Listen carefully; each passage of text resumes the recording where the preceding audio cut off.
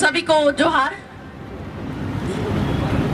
बहुत दुख की बात है कि ऐसे मौके पे हम यहाँ पे एकत्रित हैं जहाँ पे हमारे भाई अनिल नीनामा जो कि मन्नारे हो चुके हैं और उनके न्याय के लिए लगातार हमको यहाँ पे कलेक्ट्रेट में बैठना पड़ रहा है, फिर भी न्याय की कोई भी अपेक्षा अभी तक हमको दिखाई नहीं दे रही है।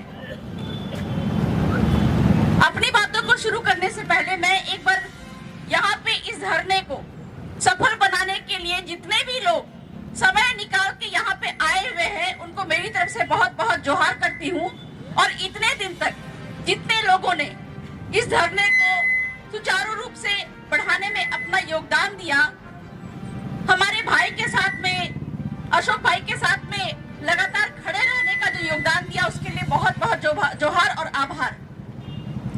आज हम यहाँ पे अशोक भाई को सांत्वना के साथ में न्याय दिलाने की गारंटी देने के लिए यहाँ पे आए हुए हैं। और साथ ही साथ मैं ये बताना चाहूंगी कि जिस आरोपी जो कि नाम दर्ज एफआईआर में जो आरोपी जितने लिखे हुए हैं, इसके अलावा भी एक और आरोपी का नाम यहाँ पे जुड़ गया है जो कि यहाँ की पुलिस प्रशासन और एसपी महोदय भी है। मतलब पुलिस प्रशासन में बैठने के बाद या फिर किसी पदाधिकारी के रूप में, सरकारी पदाधिकारी के रूप में काम करने के बाद लोगों को ये लगता है कि हम ही सर्वोच्च पद पे हैं और हमसे बड़ा कोई नहीं है। मैं आपको ये बताना चाहती हूँ कि हर बाप का भी बाप होता है और उनका भी बाप है न्यायालय। इतने दिन से लगातार शांतिपूर्वक तरीके से हम यहाँ पे धरना कर रहे थे ताकि सरकार के कान में जूरेंगे, प्रशासन के कान में जूरेंगे और जो असली हत्यारे हैं, षड्यंत्रकारी हैं, उनको सजा हो सके। और अभी तक पे हम सिर्फ ये मांग कर रहे थे, क्योंकि लगातार प्रकाश नीनामा सरपंच जो है सागबारी, इनको इस एफआईआर, नामदर्ज एफआईआर में उनका नाम है, उनको गिरफ्तार करके और फिर जेल में डाला जाए। अगर वो इतने ही निर्दोष है तो जमानत की भी प्रक्रिया होती है, क्योंकि मैं भी भुक्तभोगी हूँ। 1 साल 13 दिन मैं भी जेल में रह के आई हूँ और मैं निर्दोष थी। कोर्ट ने वहां पे सीधे सीधे ये कहा कि बबीता कच्छप एक समाज सेवी है और इन पे पुलिस ने जो भी आरोप लगाए हैं वो सरासर गलत है। अगर सागबारी सरपंच इतने ही निर्दोष है तो पुलिस प्रक्रिया में उनको जेल में जाने में इतनी तकलीफ क्यों हो रही है? तकलीफ सिर्फ इतनी है कि अगर सागबारी सरपंच गिरफ्तार हो गए तो जो बड़े बड़े नेता है भाजपा कांग्रेस के, उनका नाम भी इस हत्याकांड में कहीं सामने ना आ जाए। ये सबसे बड़ी बात है। यही कारण है कि अभी तक जो सरपंच को बड़े बड़े नेता, रसूखदार एसपी को फोन करके, प्रशासन को फोन करके लगातार दबाव डाल रहे हैं और उनको बोल रहे हैं कि किसी भी तरीके से प्रकाश सरपंच गिरफ्तार नहीं होना चाहिए, नहीं तो कॉल डिटेल्स में, लोकेशन में हमारा भी नाम शामिल हो जाएगा। और इस हत्याकांड में हम जो बोल रहे हैं कि 2-4 लोगों का हाथ है, उसमें कई बड़े बड़े नेताओं का भी हाथ शामिल दिखाई देगा। इसलिए जो मेन आरोपी है प्रकाश सरपंच, उसको बचाने की कोशिश यहाँ पे किया जा रहा है। आज तक हमारी मांग सिर्फ ये थी, अगर प्रशासन यहाँ पे हमारी मदद करता और प्रकाश नीनामा सरपंच को यहाँ पे अरेस्ट कर लेते तो बात यहीं पे दब जाती और इस हत्याकांड में कुल मिला के 6-7 लोगों का हाथ होता। लेकिन आज के दिन तक जो हमको न्याय नहीं मिला है, प्रकाश सरपंच को केवल पूछताछ करके छोड़ दिया गया है। और एसपी महोदय शुरुआत से लेके हमारा प्रतिनिधिमंडल वहां पे गया था, उस दिन से जो बात वो रट चुके हैं वही आज तक रट रहे हैं। उन्होंने कहा कि प्रकाश सरपंच का इस हत्याकांड में कोई रोल नहीं है। अब यहाँ पे बात कर रहे हैं कि वो मौके पे मौजूद था। मौके पे मौजूद था वो क्यों?